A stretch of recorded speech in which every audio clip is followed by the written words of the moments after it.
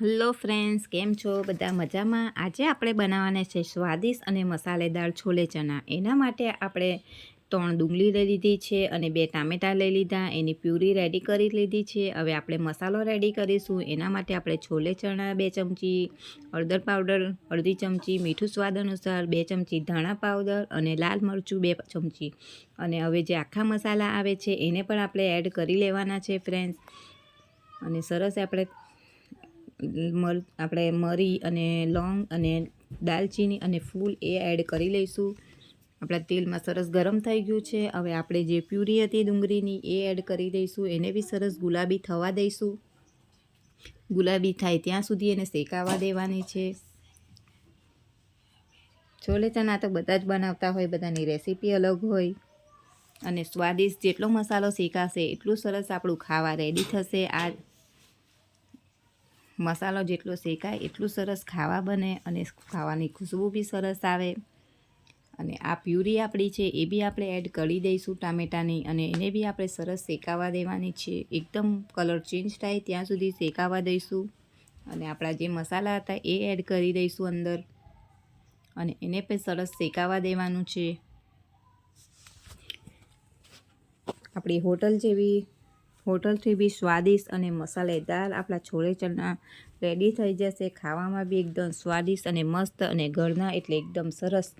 અને આવી રીતે થોડું પાણી પણ એડ કરી દઈશું અને એને બી થોડું હલાવતા રહીશું. મસાલાને ખુશ્બુ આવે ત્યાં સુધી એને સરસ શેકાવા દેવાનું છે. મસાલાનું બધું પાણી બળી જવા દેવાનું, અને તેલ આ રીતનો મસાલો શેકાઈ જાય એટલે આપણે થોડું ઢાંકણ ઢાંકી દઈશું. અને એક બાજુ આપણા છોલે ચણા બી તૈયાર થઈ ગયા છે. એને પણ આપણે એડ કરી દઈશું. આવી રીતે એડ કરી દીધા છે અને એને સરસ હલાવી લેવાનું છે. અંદર લીલા મરચાં પણ આપણે એડ કરી દઈશું. 2 લીલા મરચાં એડ કરી દીધા છે અને સરસ શેકાવા દેવાનું છે. પછી આપણે અંદર થોડું પાણી એડ કરી લઈશું. પાણી એડ કરી લઈશું અને એને પણ થોડું શેકાવા દઈશું. અને આપણે રસાવાળા બનાવવા હોય તો થોડું વધારે પાણી એડ કરીશું. મેં થોડા કોરા રાખ્યા છે, ગ્રેવી ટાઈપ, એટલે આપણે બહુ પાણી નથી નાખવાનું. અને હવે એને ઢાંકણને આપણે બંધ કરી લઈશું. આપણા છોલા ચણા એક બાજુ રેડી છે. અને મને જે ભટુરે આવે છે આપણે એને સરસ ચપાટી, ભટુરે કે પછી પૂરી સાથે સર્વ કરી શકીએ છીએ. આપણે જે રોટલીનો લોટ આવે છે એ બાંધીને ભટુરે ટાઈપ તૈયાર કરી દીધા છે. ભટુરા જેવી પૂરી બનાવી દીધી છે મેં. આપણા ભટુરા ઘઉંના લોટના જ બનાય છે અને સરસ બન્યા હતા. એ બી સરસ લાગે છે છોલે ચણા જોડે. આપણે જે રોટલીનો લોટ બાંધે એ જ રીતે રોટલીનો લોટ બાંધીને મેં રેડી કર્યા છે.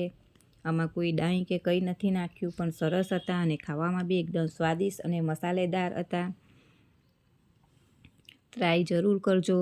તમે નવા છો તો મારી ચેનલને સબસ્ક્રાઈબ કરો, કમેન્ટ કરો અને મારી આ રીતના બનાવવાની ટ્રાય જરૂર કરજો. એકદમ મસાલેદાર અને સરસ હતા. હવે ખાવા માટે આપણા છોલે ચણા સરસ તૈયાર થઈ ગયા છે. એના ઉપર થોડા લીલા ધાણા નાખીને સરસ ડેકોરેશન કરી દીધું છે. ખાવા માટે બી સરસ લાગશે.